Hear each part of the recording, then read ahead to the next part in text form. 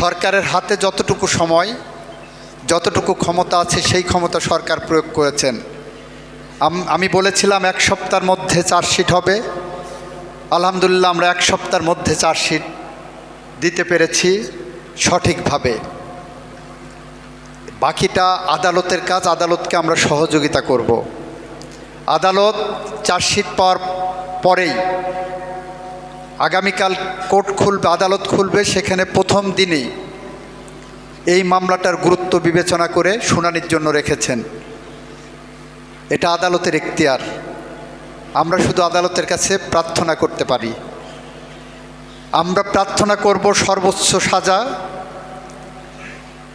বাকিটা আদালত যেটা ন্যায় বিচারের স্বার্থে মনে করবেন সেটাই করবেন। তবে আমি মনে করি যে যেরকম সাক্ষ্য প্রমাণ আছে, আসামির দোষ স্বীকারোক্তিমূলক জবানবন্দি আছে, সেই বিবেচনায় আমাদের যে সর্বোচ্চ শাস্তি, আমরা মনে করি আদালত এই বিষয়টা বিবেচনায় নেবেন। একটি হলো সংবিধান সংশোধনের কমিটিতে বিরোধী দল কোনো নাম দিয়েছে কি না বা কোনো মতামত পেয়েছেন কি না, এখনও পাইনি। আমরা লাস্ট সেশনের আগে বিরোধী দলের সাথে কথা বলেছিলাম।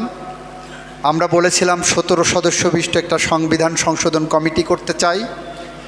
সেখানে আমাদের পক্ষ থেকে 7 জন রেখেছি, 5 জন অন্যান্য দলের প্রতিনিধি যারা আছেন, স্বতন্ত্র প্রতিনিধি যারা আছেন তাদের মধ্য থেকে রেখেছি, আর 5 জন বিরোধী দলের কাছ থেকে চেয়েছি।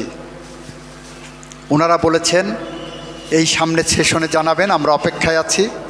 ওনাদেরটা পেলেই আমরা সংবিধান সংশোধনের জন্য জুলাই সনদের পথ ধরে হেঁটে যাব। মানবাধিকার কমিশন আইন এবং গুম কমিশন আইন নিয়ে আমরা ইতিমধ্যেই প্রথম কনসালটেশন করেছি।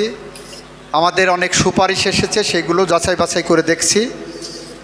আমরা পর্যায়ক্রমিকভাবে একটার পর একটা যাচাই বাছাই করে যত দ্রুততম সময়ের মধ্যে সম্ভব হয় বাস্তবতার নিরীক্ষে আমরা সেইগুলোকে সামনের কাতারে নিয়ে আসব।